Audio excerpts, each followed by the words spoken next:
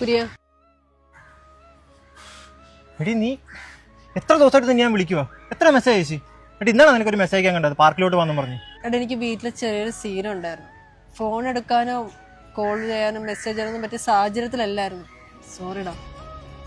ഒരു സോറി പറഞ്ഞ് നിനക്ക് എല്ലാം അവസാനിപ്പിക്കാൻ പറ്റില്ലേ? പക്ഷെ നീ ഇത്രയും ദിവസം എവിടെയായിരുന്നു, എന്ത് പറ്റിയെന്ന് പോലും അറിയാതിരുന്നു എൻ്റെ മനസ്സിലെ ദിവസം നീ ചിന്തിച്ചിട്ടുണ്ടോ? നീ ഒരു മെസ്സേജ് അയച്ചിരുന്നെങ്കിൽ, ഒന്ന് ഫോൺ വിളിച്ച് പറഞ്ഞിരുന്നെങ്കിൽ ഞാൻ ഇത്രയും ടെൻഷൻ അടിക്കുമായിരുന്നു. ഞാൻ നിന്നെ കുറ്റം പറയുന്ന അല്ലടി. ശരിയാണ്, എല്ലാവർക്കും ഓരോ പ്രശ്നങ്ങളുണ്ടാവും. ചില സമയത്ത് ഫോണൊക്കെ മാറ്റി വെച്ച് എല്ലാത്തിൽ നിന്നൊന്ന് വിട്ടു നിൽക്കണമെന്ന് തോന്നും. അതൊക്കെ എനിക്ക് മനസ്സിലാവും. പക്ഷെ ആ സമയത്ത് നമ്മളെ സ്നേഹിക്കുന്ന കുറച്ച് ആളുകൾ അപ്പുറത്തുണ്ടെന്ന് കൂടി നീ ഒന്ന് ആലോചിക്കണം. ഒരു മെസ്സേജ് പോലും അയക്കാതെ, ഒരു കോൾ പോലും കിട്ടാതെ എന്ത് സംഭവിച്ചെന്ന് പോലും അറിയാതിരിക്കുന്ന ഒരാളുടെ മാനസികാവസ്ഥ എന്താണെന്ന് നിനക്ക് പറഞ്ഞാൽ മനസ്സിലാവോ? അതുകൊണ്ട് വല്ലപ്പോഴും ഓപ്പോസിറ്റ് നിൽക്കുന്ന ഒരാളുടെ മനസ്സൊന്ന് അറിയാൻ കൂടി ശ്രമിക്കുന്നത് നല്ലതായിരിക്കും. സത്യമായിട്ടുള്ളൊരു കാര്യമാണ്. നമ്മുടെ റിലേഷൻഷിപ്പിൽ നിൽക്കുമ്പം സ്നേഹം മാത്രമല്ല, പല മനസ്സിലാക്കലുമാണ് പല സ്നേഹം. അതാണ് സംഭവം. ഓപ്പോസിറ്റ് നിൽക്കുന്ന ഒരാളുടെ ഇമോഷൻസും അതിനൊക്കെ നമ്മൾ ഉറപ്പായിട്ട് വാല്യൂ കൊടുക്കണം.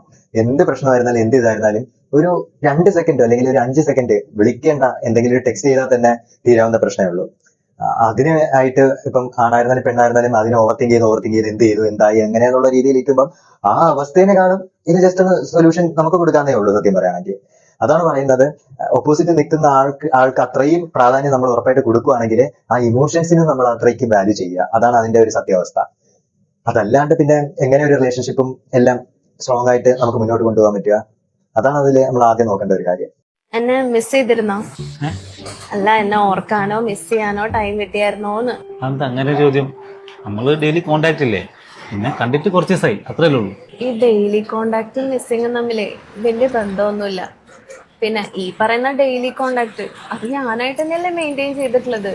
നീ ആയിട്ട് എന്നാ ഒരു കോൺവെർസേഷൻ സ്റ്റാർട്ട് ചെയ്തിട്ടുള്ളത്? അത് 4 ദിവസം മുമ്പ് ഞാനല്ലേ ആദ്യം മെസ്സേജ് അയച്ചേ. അത് നിന്നെ ഓർത്തപ്പോ മിസ് ചെയ്തപ്പോ അയച്ചല്ലേ. അപ്പൊ അതിന് മുൻപോ? എടി, ഞാൻ വർക്കിലായിരുന്നില്ലേ. അപ്പൊ എല്ലാ ദിവസവും വർക്ക് കഴിഞ്ഞ് വരുമ്പോൾ തന്നെ നൈറ്റ് ആവും. മര്യാദയ്ക്ക് ഉറങ്ങാനുള്ള സമയം പോലും കിട്ടാറില്ല.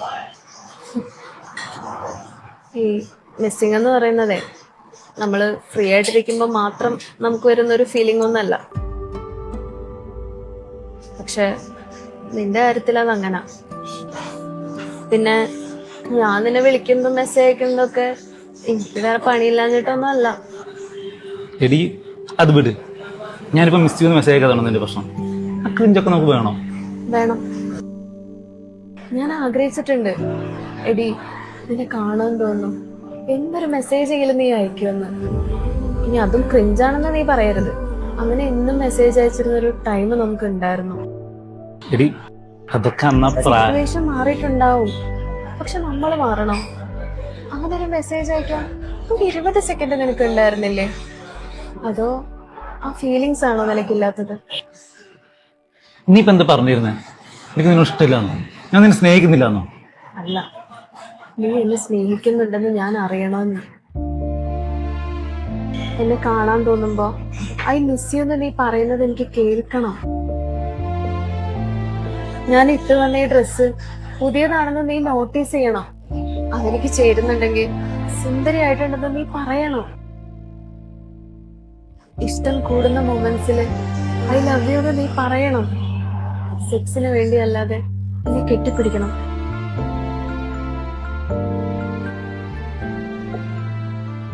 നീ ഒന്ന് ആലോചിക്ക്, നിനക്കെന്നെ ശരിക്കും വേണോന്ന്. ഈ ഫ്രീ ആയിട്ടിരിക്കുമ്പോ മാത്രമുള്ള സ്നേഹം എനിക്ക് വേണ്ട.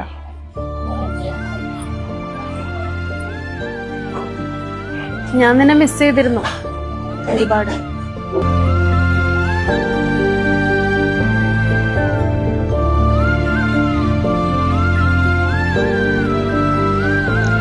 കുറെ സ്പിരിയോറിറ്റി മാറ്റേഴ്സ് ആണ്, അതല്ലാണ്ട് വേറെ ഇതിലൊന്നും പറയാനില്ല. കാരണം നമ്മൾ എന്തോരം തിരക്കായിരുന്നാലും എന്തോരം ബിസി ആയിരുന്നാലും നമുക്ക് അത്രയും അയാളോട് പ്രിയോറിറ്റി അല്ലെങ്കിൽ അയാളെ പറ്റി എന്തെങ്കിലും ഒരു ഓർമ്മ ഉണ്ടെങ്കിലല്ലേ നമുക്ക് ആളെ ഓർത്ത് മെസ്സേജ് ഇടാൻ പറ്റുള്ളൂ, എത്ര വലിയ ബിസി ആണെങ്കിലും.